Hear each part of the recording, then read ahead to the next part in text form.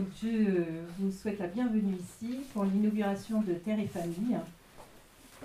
Nous remercions particulièrement la municipalité de Briand, Monsieur Charles Vernet, le maire de Briand, qui nous a soutenus, les habitants de Briand aussi qui sont là. Et, et le père Grosbeau qui est dans la salle. Je ne vous ai pas encore salué. Bonsoir mon père.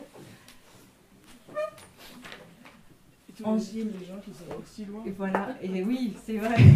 Tous ceux qui sont venus en effet de loin parce que tout le monde ne vient pas de la région. Et merci beaucoup de vous être déplacés pour venir nous écouter. Enfin, écouter le professeur Magnard.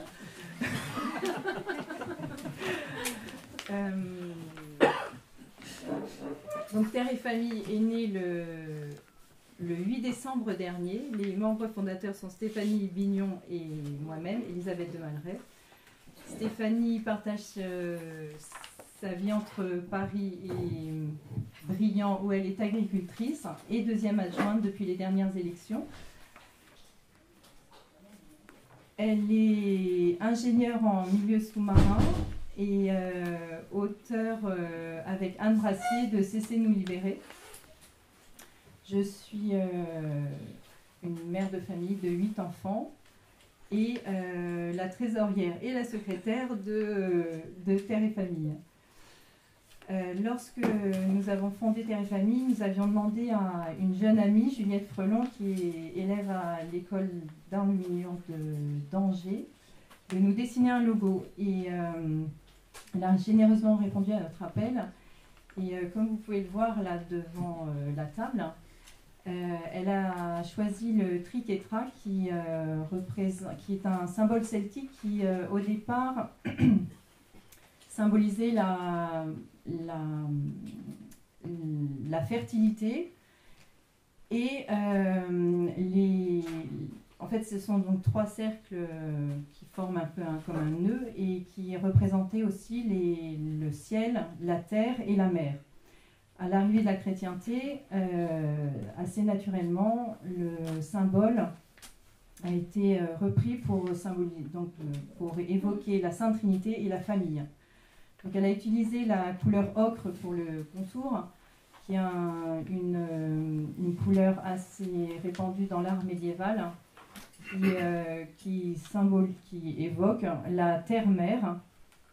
L'écriture verte, la couleur verte évoque la nature, et elle a utilisé du rouge et du bleu pour décorer un peu l'intérieur du triquetra. Le rouge symbolisant l'amour, la passion, la vie aussi, et l'amour divin, et le bleu, le calme et la sérénité.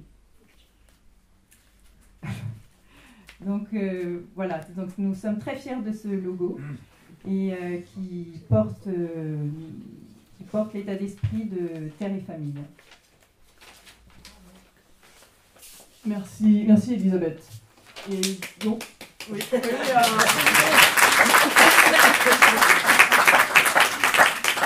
Merci Anne. Donc Terre et Famille, c'est tout un programme qui est d'ailleurs sur la table à l'entrée. Des livres aussi, parce que nous avons des pointures aujourd'hui pour cette inauguration. Nous avons bien sûr le professeur Pierre Magnard, mais nous avons Marion Sigaud, nous avons Anne Brassier, nous avons Xavier Martin. Et nous avons des livres, nous avons bien sûr Martine Chifflot et Béatrice Berne, grande clarinettiste, Martine Chifflot, philosophe et productrice de films philosophiques et spirituels. Tous ces produits sont sur, toutes ces œuvres sont sur la table à l'entrée. Excusez-moi. Un programme. Nous avons pour la suite Anne Brassier le 18 avril qui nous fera une conférence à l'occasion de la sortie de la réédition de son Sainte-Anne. Il nous fera une conférence sur Sainte-Anne de Jérusalem à Auray. Nous aurons Béatrice Bourges qui viendra nous parler de l'enfant le 5 juin, qui viendra nous parler de l'enfant, le grand oublié de la loi Taubira. Le samedi 4 juillet, nous aurons Marion Sigaud, qui viendra nous parler de tous ces mensonges, tous ces méfaits faussement attribués à l'Église. Et puis nous avons au sein de Terre et Famille la grande chance d'avoir une Italienne avec tout le charme de l'Italie, Nadia Delziel, qui vous donne des cours de dessin si vous le désirez. Merci Nadia, qui vient de Londres exprès pour l'inauguration. Merci, avec son mari. Merci à vous, merci à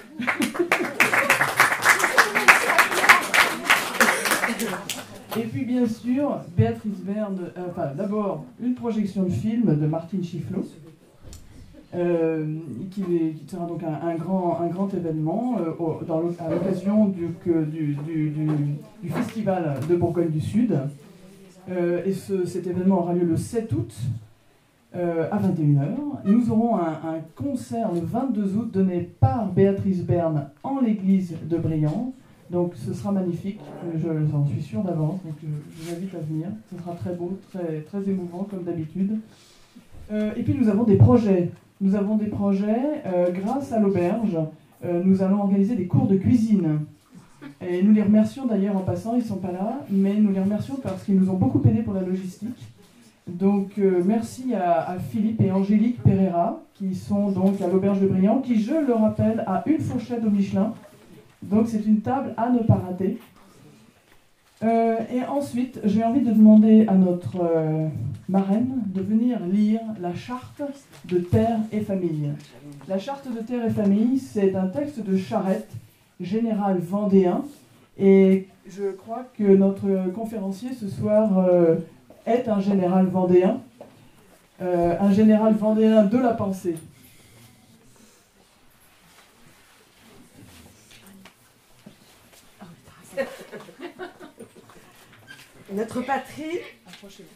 Notre patrie à nous, c'est nos villages, nos hôtels, nos tombeaux, tout ce que nos pères ont aimé devant nous. Notre patrie, c'est notre foi, notre terre, notre roi. Mais leur patrie à eux, qu'est-ce que c'est? Vous le comprenez, vous? Ils veulent détruire les coutumes, l'ordre, la tradition. Alors, qu'est-ce que c'est que cette patrie narguante du passé, sans fidélité, sans amour? Cette patrie de billes-baudes et d'irreligion. Pour eux, la patrie semble n'être qu'une idée. Pour nous, elle est une terre. Ils l'ont dans le cerveau. Nous l'avons sous les pieds. C'est plus solide.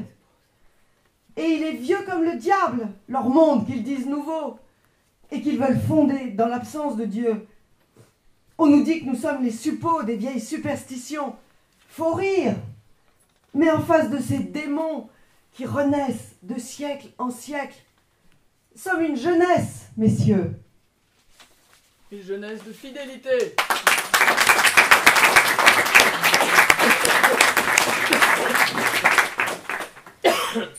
Alors maintenant on va laisser la parole au professeur, mais avant ça, professeur, je dois faire votre éloge et c'est bien facile parce que vous êtes un de mes grands amis.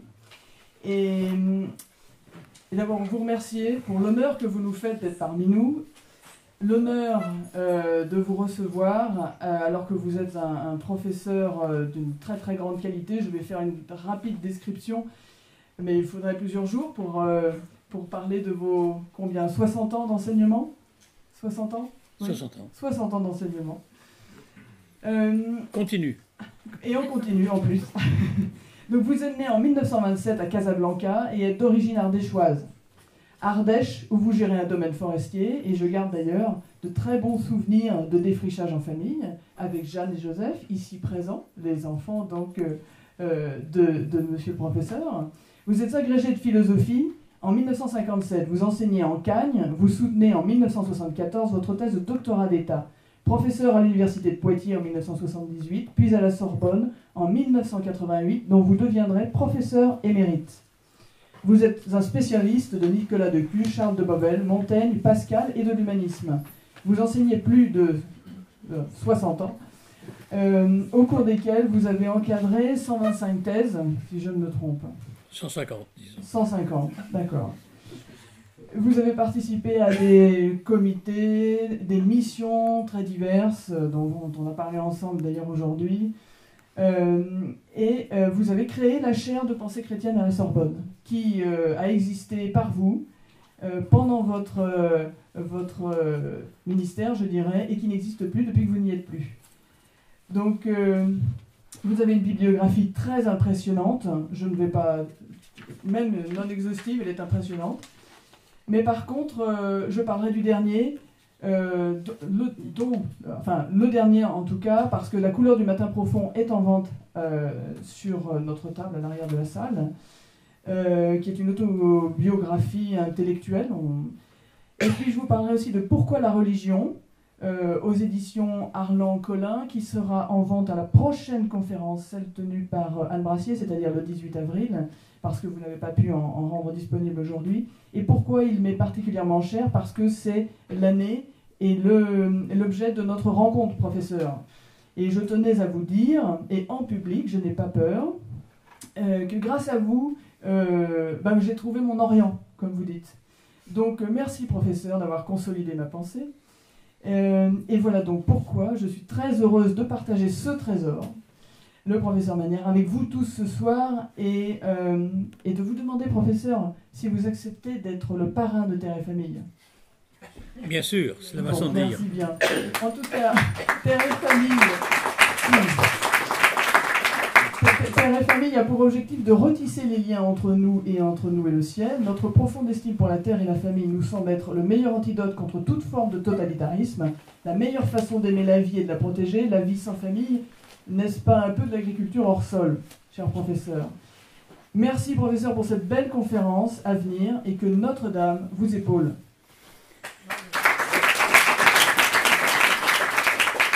Pas plus tard qu'avant-hier, dans un organe majeur de presse, je voyais avec stupeur stigmatisé comme suspect de liaison dangereuse le mot enracinement.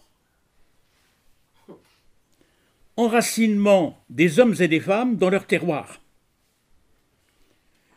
C'était, paraît-il, faire preuve de nostalgie des pires démons du siècle passé, que de se recommander d'un enracinement, que de regretter un enracinement perdu, que de vouloir retrouver ses racines. Nous étions tous suspectés à en croire ce porte-parole de la pensée officielle, dans le journal le plus officiel de la maudite République d'aujourd'hui, un certain journal du soir, vous avez deviné lequel, le mot enracinement était suspecté de vouloir réveiller les démons les plus délétères du siècle passé. Alors que ce mot même, pour nous, pourrait peut-être représenter la clé de notre bonheur perdu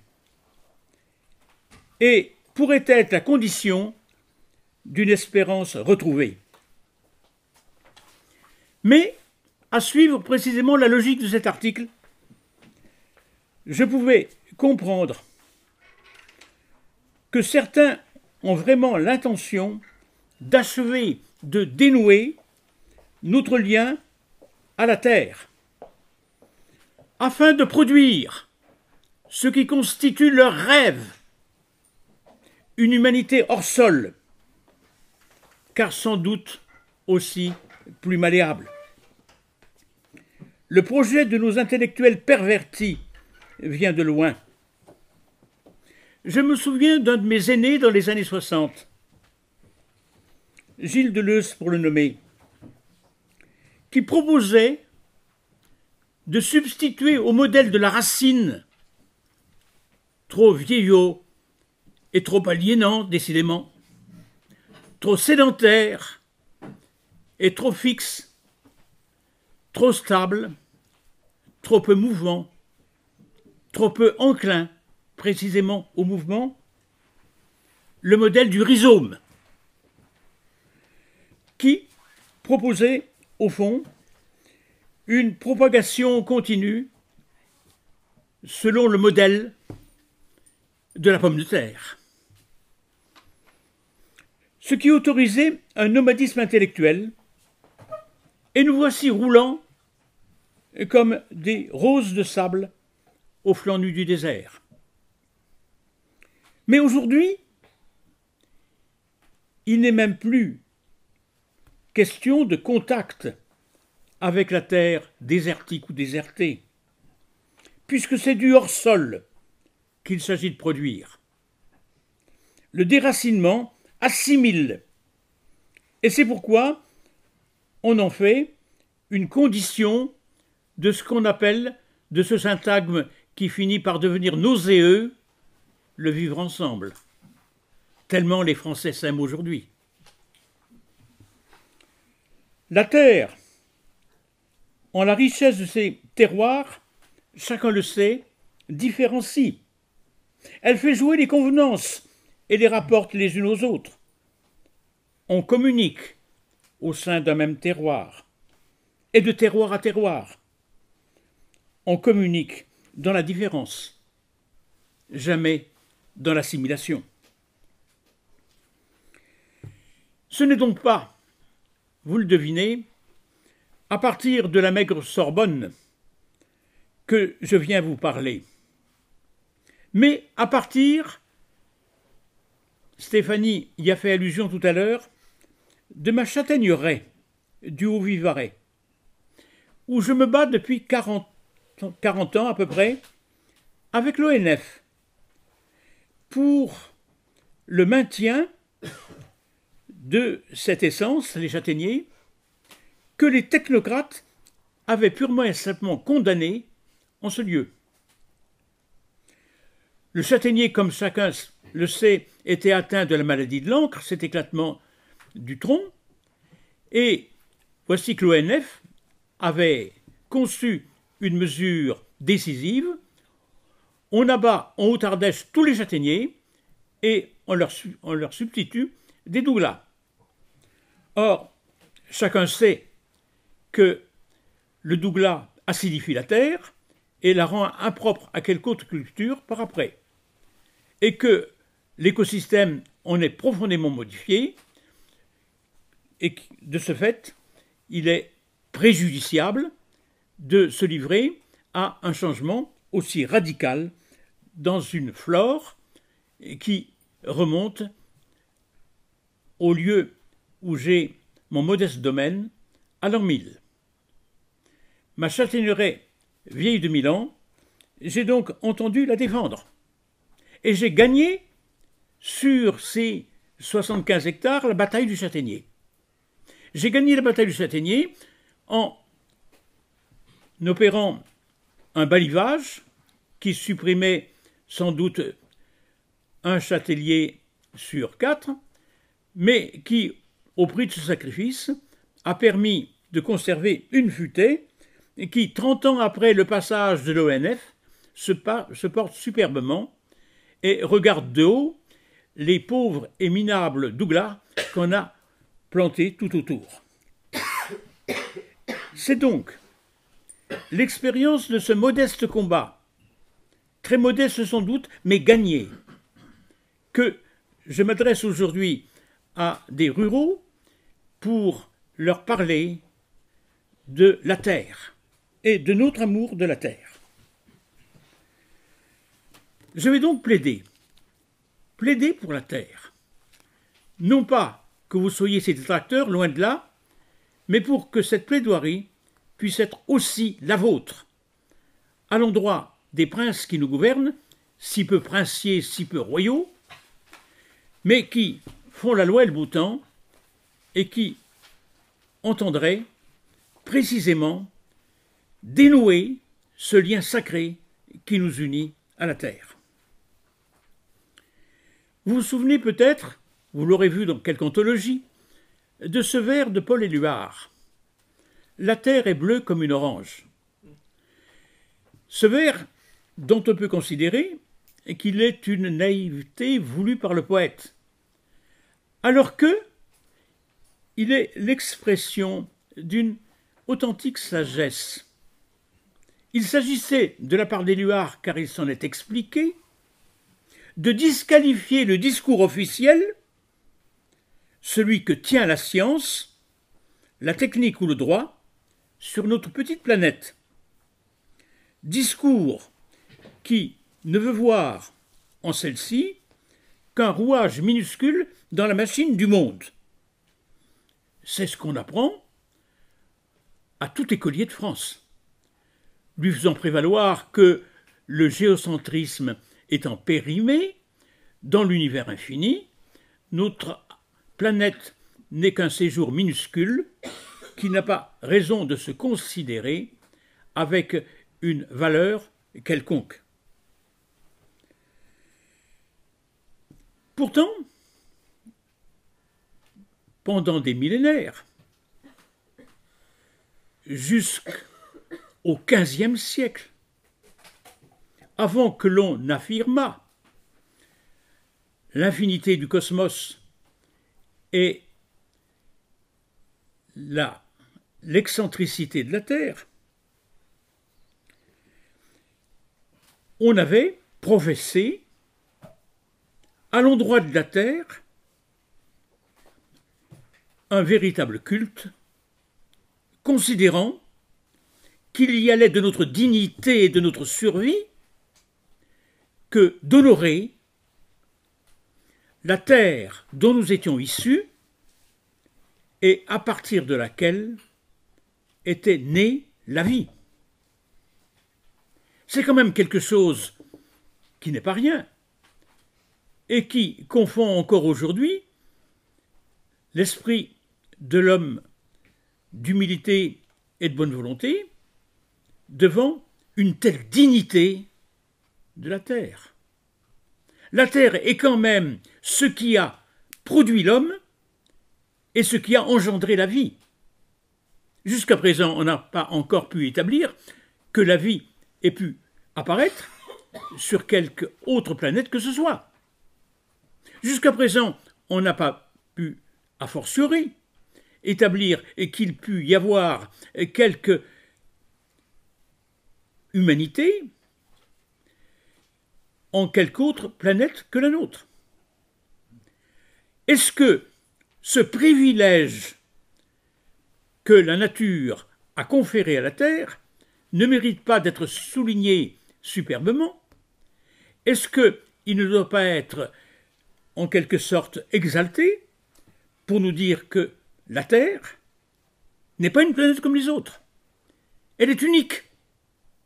Elle est unique parce qu'elle est la source de la vie, elle est unique parce qu'elle est notre mère, elle est unique parce qu'elle est notre site, elle est unique parce qu'elle est notre point de vue sur l'univers, elle est unique parce qu'elle est le point origine. On ne peut pas s'inscrire en faux contre une telle affirmation. Alors me direz-vous, mais qu'est-ce qui s'est passé au XVe siècle? Ils ont perdu le sens.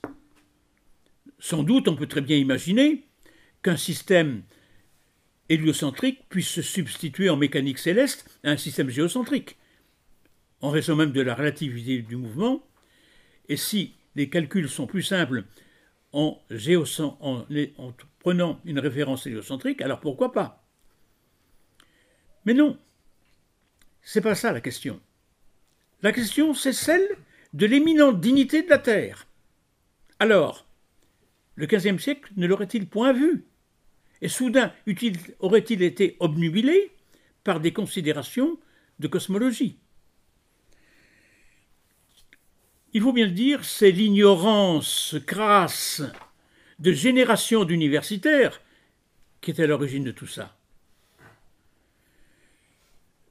Le malheureux serviteur de l'alma mater que je suis a trop longtemps siégé dans tous les CNU, Comité national du CNRS et autres, jusqu'à présider cette instance même, pour ne pas être convaincu qu'en dehors de quelques singularités que je suis le premier à honorer, j'appartiens à une confrérie d'imbéciles, pour ne pas dire de faussaires, convaincus que la malhonnêteté est plus payante que la droiture d'esprit. Car en effet, s'ils savaient lire, s'ils étaient un peu moins ignares, ils sauraient que, en 1440, c'est-à-dire à l'aube de la Renaissance, un penseur chrétien de première grandeur, que l'on n'avait point lu, et qu'il fallut que je traduisis, Nicolas de Cuse, dans sa Doctignorance, professait l'éminente dignité de la Terre, une planète telle qu'il n'y en a point d'autre. Je le cite. « Il n'est pas vrai que la Terre soit le plus vil et le plus bas des astres. Sa couleur noire n'est pas un argument prouvant sa nature vile. » Autrement dit, on discutait déjà autour de cette question à l'époque. La Terre est une étoile noble, qui a une lumière, une chaleur et une influence différentes et spécifiques par rapport au reste des étoiles. Doctignorance, livre 2, chapitre 12. Et tout le chapitre va être consacré précisément à cette dignité de la Terre. Pourquoi ? Parce que cette planète qui est le berceau de l'humanité, qui est la source de la vie, ne peut que revêtir aux yeux de ceux qui l'habitent une dignité particulière, et le cardinal lui impose de le dire ainsi, de susciter de la part de Dieu une attention privilégiée. Dès lors, n'ajoutons pas trop à certaines déclamations du grand siècle, dont il faudrait relativiser la portée. Les propos d'un Pascal sur ce petit canton de l'univers en lequel nous sommes exilés, qui n'est même plus considéré ni comme un centre de gravité, ni comme un centre de pesée, ni comme un centre de visée, ni même comme un centre de référence. Pascal le fait dans une perspective purement apologétique, où il s'agit d'abîmer l'intelligence humaine trop orgueilleuse et trop dominatrice. Mais le propos n'a pas d'autre portée.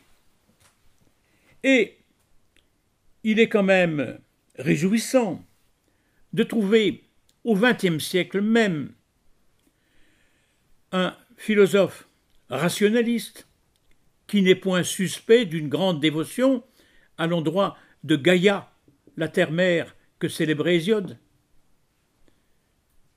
Je pense à Edmond Husserl, qui, en 1936, nous donne ce texte plein d'humour et de religiosité. La terre ne se meut pas. Cet opuscule qui a été tiré à part, La terre ne se meut pas, est un chef-d'œuvre, faisant valoir que, sans doute, d'un point de vue cosmologique, la Terre est en mouvement, elle gravite autour du Soleil, mais que, absolument parlant, elle est le point fixe, puisqu'elle est le point d'où partent nos représentations, le point d'où partent nos visées, le point d'où partent nos projets. Elle est donc le terme de référence, et à ce titre, elle ne se meut pas. Absolument parlant, on peut dire que la Terre est immobile dans l'espace infini. Et voici sa dignité rendue à la petite planète. Je dis donc que nous aurons ainsi reconquis sur la science, sur la vaine science, cette dignité de la Terre. Mais, une fois que j'ai dit ça, je m'aperçois que il faut mener la reconquête sur d'autres plans. Sur le plan de la technique, sur le plan du droit, c'est-à-dire sur le plan de l'agir humain, qui a cherché dans ses lois la justification de ce que Heidegger appellera si justement l'arraisonnement de la Terre, jouant sur l'acception que prend le mot en français arraisonnement pour désigner ce qui, à ses yeux, est une exploitation rationnelle et raisonnée c'est-à-dire une mise à merci de notre terre. La question est donc de savoir en quoi sommes-nous autorisés à pratiquer une telle exploitation. On parle aujourd'hui d'exploitants agricoles. C'est toujours un terme que pour ma part j'ai refusé. Le sylviculteur que je suis a toujours biffé la formule sur les imprimés qu'on me faisait remplir. Je ne suis pas exploitant agricole. Je n'ai jamais exploité personne, pas même la terre, surtout pas la terre. Car qu'est-ce que ça veut dire exploitant? Explicitare, en latin, c'est tirer d'une nature plus que ce qu'elle peut donner ou que ce qu'elle veut donner. C'est tenter d'obtenir un surproduit d'une main-d'œuvre, d'une terre, d'un troupeau, d'une mine, que ni cette main-d'œuvre, ni cette terre, ni ce troupeau, ni cette mine ne donneraient d'elle-même. C'est donc aller au-delà de ce que laisse espérer la nature. C'est faire violence aux dispositions des êtres et des choses. C'est enfreindre ce qu'on pourrait se représenter comme le fait d'un contrat naturel avec le milieu. Et aussitôt, je m'arrête sur ce syntagme, le contrat naturel, que je n'ai pas inventé moi-même. Certains d'entre vous se souviendront peut-être d'un livre commis par un de mes gentils collègues. C'est un des rares qu'il m'arrive de citer parfois, parce qu'il n'est point tout à fait méprisable. Michel Serres, un homme d'assez bonne société, je dirais, et surtout fidèle en amitié, ce qui est déjà pas mal. Il a commis cependant des livres très inégaux, dans un très méchant livre qu'il a appelé le contrat naturel. L'idée est très intéressante, mais elle est fausse. Elle est fausse parce qu'il n'y a pas contrat. Non pas que la terre ne soit pas une personne à sa manière, mais ce n'est pas une personne de droit. C'est autre chose.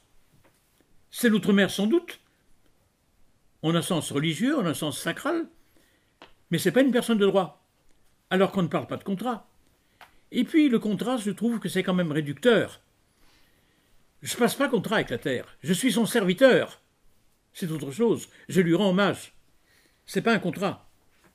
Le terme qui conviendrait, Michel Serres aurait dû s'en souvenir, il est tout de même chrétien, c'est le terme d'alliance. Il y a alliance entre l'homme et sa terre.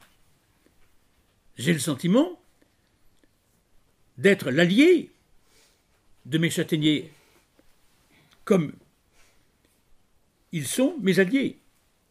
Donc c'est une alliance, mais nous n'avons pas passé contrat les uns avec les autres. C'est donc une fiction que celle du contrat. Mais c'est quand même une fiction qui nous rappelle une réalité. C'est pourquoi je ne suis pas si négatif à l'endroit du livre de Michel. Pourquoi? Parce que ce livre nous amène à nous poser une question. Et la question est la suivante. Avons-nous le moindre droit pour exploiter la terre? En parlant de droit, ne signifions-nous pas que nous nous sommes appropriés quelque chose dont nous ne sommes pas sûrs que cela était appropriable, dont nous ne sommes pas sûrs que cela relevait de notre propre, puisque si je dis appropriable, c'est que je considère que cela est de mon propre. Il s'est toujours élevé des esprits pour parler de l'inappropriabilité de la terre. Pensons à l'école franciscaine, qui, au XIIIe siècle, va multiplier précisément ses considérations là-dessus, et au développement que le débat pourra avoir au XIVe avec Jean d'Olivier par exemple, ou avec Michel de Cézanne, qui tous proclament que la terre est inappropriable par l'homme. Voyez comment le thème est repris au XVIIe siècle par Pascal que j'ai déjà nommé.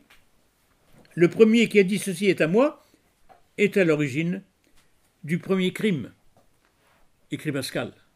Le terme sera un jour plagié par Jean-Jacques Rousseau, mais laissons le pauvre Rousseau à ses divagations, car il n'en voyait pas vraiment toutes les conséquences.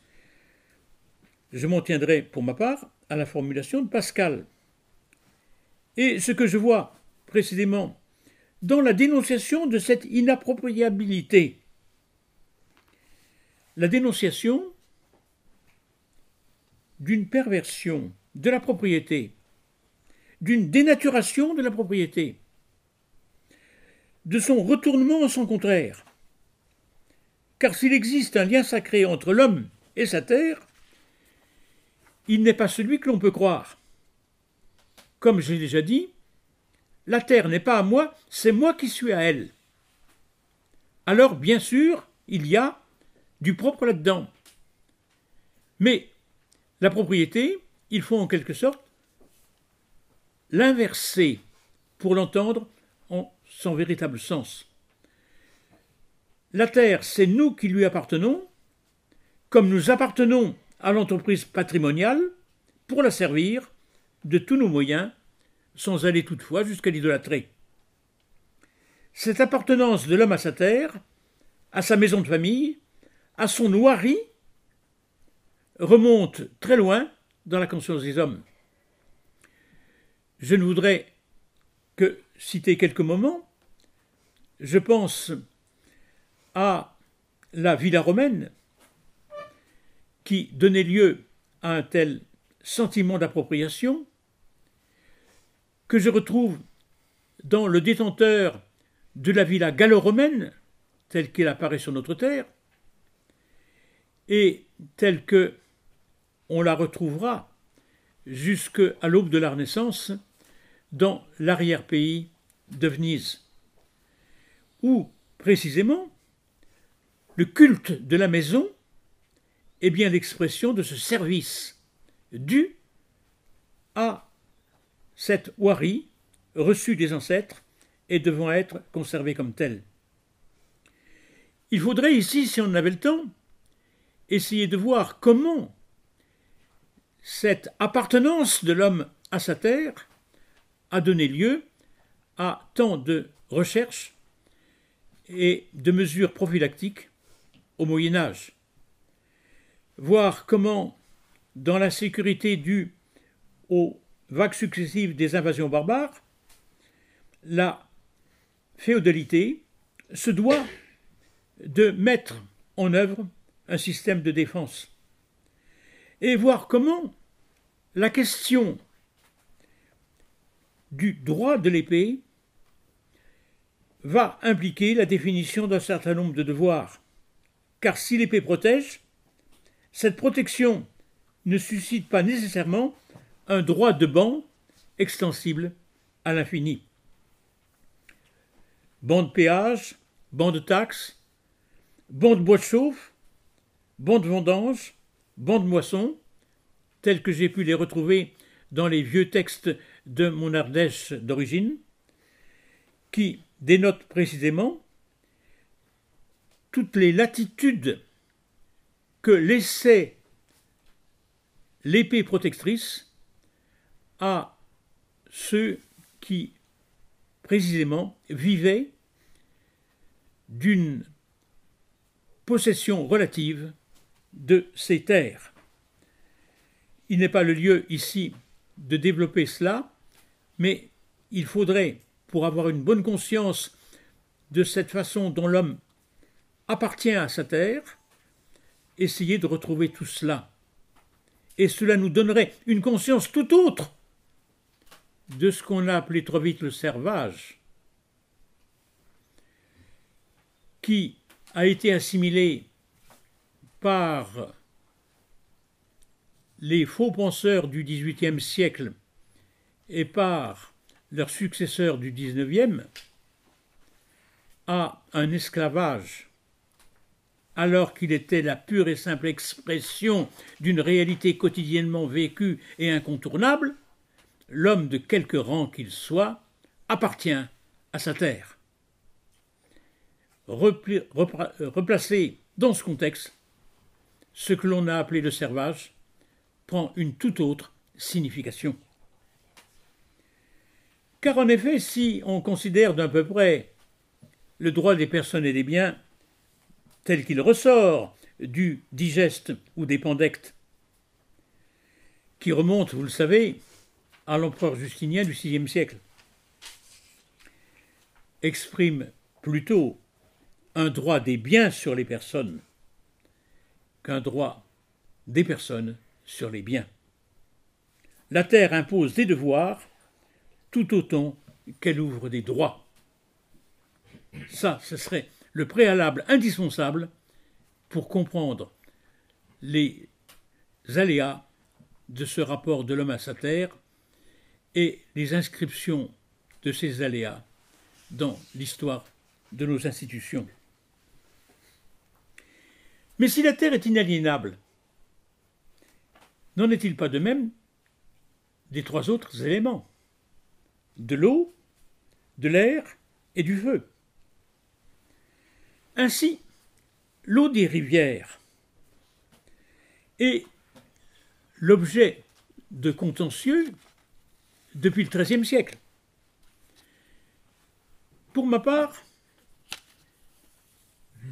ma modeste propriété étant traversée d'une rivière, et d'une rivière relativement importante, j'ai hérité, avec la maison, d'une caisse de documents qui représente le contentieux que mes aïeux ont pu avoir avec tous ceux qui, sur la rivière, habitaient en amont. On ignore ceux qui sont en aval quand on est sur une rivière. Mais en revanche, on connaît très bien ceux qui habitent en amont. Or, de quoi s'agit-il? Il s'agit d'incessants procès relatifs à ceux qui captent l'eau de la rivière trop abondamment et indûment, ou encore de ceux qui polluent la rivière.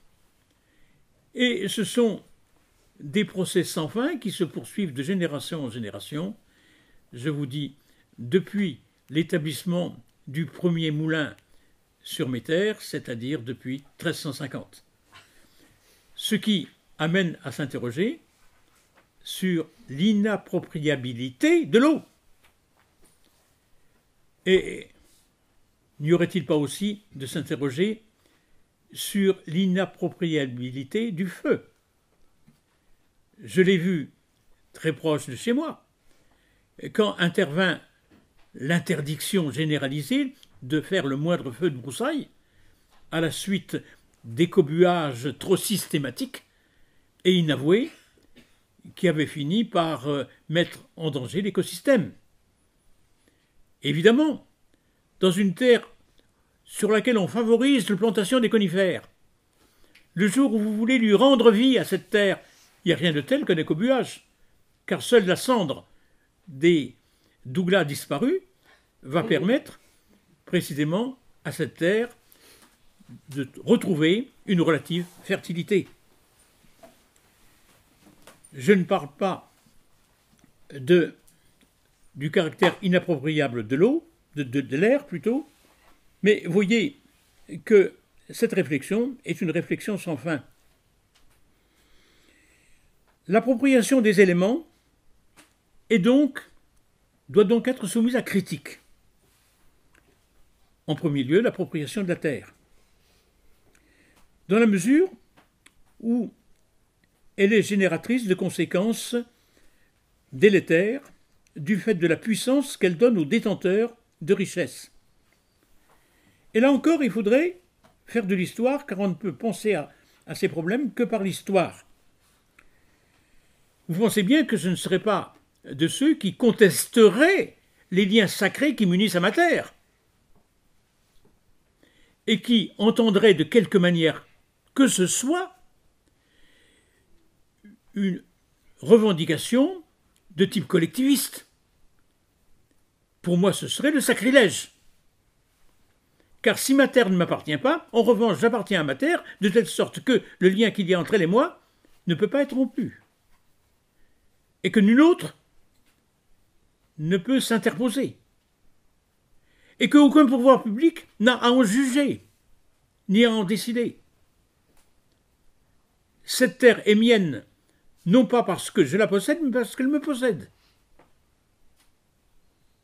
Ce qui rend la propriété sacrée, à la condition de bien comprendre que ce qui est sacré, c'est l'appropriation du propriétaire par la terre elle-même, et non point l'inverse. Il faut reprendre le sens des mots. Le collectivisme est la chose la plus indue qui puisse être, et l'intervention de l'État, en dehors du collectivisme lui-même, dans notre gestion du patrimoine, est une usurpation absolument insupportable. Tout aussi insupportable que l'intervention de l'État dans l'éducation de nos enfants, par exemple, comme ils veulent faire aujourd'hui. A fortiori, l'intervention de l'État dans notre gestion de notre vie affective, comme on veut le faire aujourd'hui, par des lois scélérates, plus que scélérates, imbéciles. Donc, comprenons ce qu'il faut ici bien saisir. L'appropriation des éléments doit être soumise à critique puisqu'elle doit donner lieu à un renversement. Au XIIIe siècle, sous l'influence de François d'Assise, dont on devrait reprendre le message pour essayer de le comprendre. Qu'est-ce qui s'est passé en fait? N'imaginons pas que les franciscains aient été des détracteurs de cette relation sacrée qu'il y a entre l'homme et sa terre. Jamais ils n'ont mis ça en cause. Ni François d'Assise, ni un peu plus tard le traité que donnera Thomas d'Aquin sur le prêt à intérêt et sur le rôle de l'argent dans la société, le dé et l'émosina, nous y verrions précisément que ce qui ajoute au débat à cette époque, c'est le développement de la monnaie. Et c'est le fait que l'argent apparaît désormais comme un entremetteur entre l'homme et ses biens. Tout est médiatisé par l'argent. Et ce que critique la spiritualité franciscaine, c'est pas du tout le fait que l'homme appartienne à sa terre et établisse un lien si important entre lui et sa terre. Ce qu'il critique, c'est que il n'est plus de relation avec son bien que par l'entremise de l'argent. C'est-à-dire qu'il ne la voit plus que sur le mode du rendement financier, monétaire de cette terre. Autrement dit, ce que dénonce la spiritualité franciscaine, c'est une confusion entre la terre et l'argent. Car si l'argent est fait pour rapporter, et c'est sa nature, on pourra la dire perverse ou la dire mauvaise, la dire délétère, si l'on est franciscain. Mais ce n'est pas pour autant que la terre est frappée de la même suspicion, a fortiori qu'elles doivent connaître la moindre condamnation. La jouissance de la terre ne doit pas être mise en cause parce que une confusion avec l'argent a fait qu'on a vu voir la terre que sur le mode de la productivité et du rendement. C'est ça que critiquent les franciscains. Ne voir la terre que sur le mode de la productivité, qu'est-ce que ça voudrait dire? Il ne faut pas se leurrer, il faut prendre les choses telles qu'elles sont, et bien considérer que la confusion entre la terre et l'argent revient purement et simplement de la part de celui qui est le gestionnaire de sa terre, de la prostituer en quelque sorte, pour la rendre plus rentable. Il n'y a pas d'autre terme. Mais qui va faire cela? On ne prostitue pas son épouse, on ne prostitue pas sa mère, on ne prostitue pas sa terre. C'est-à-dire qu'on ne va pas, sous prétexte d'un rendement supérieur, la surexploiter et la confondre avec l'équivalent monétaire que lui a donné l'universel entremetteur qu'est l'argent.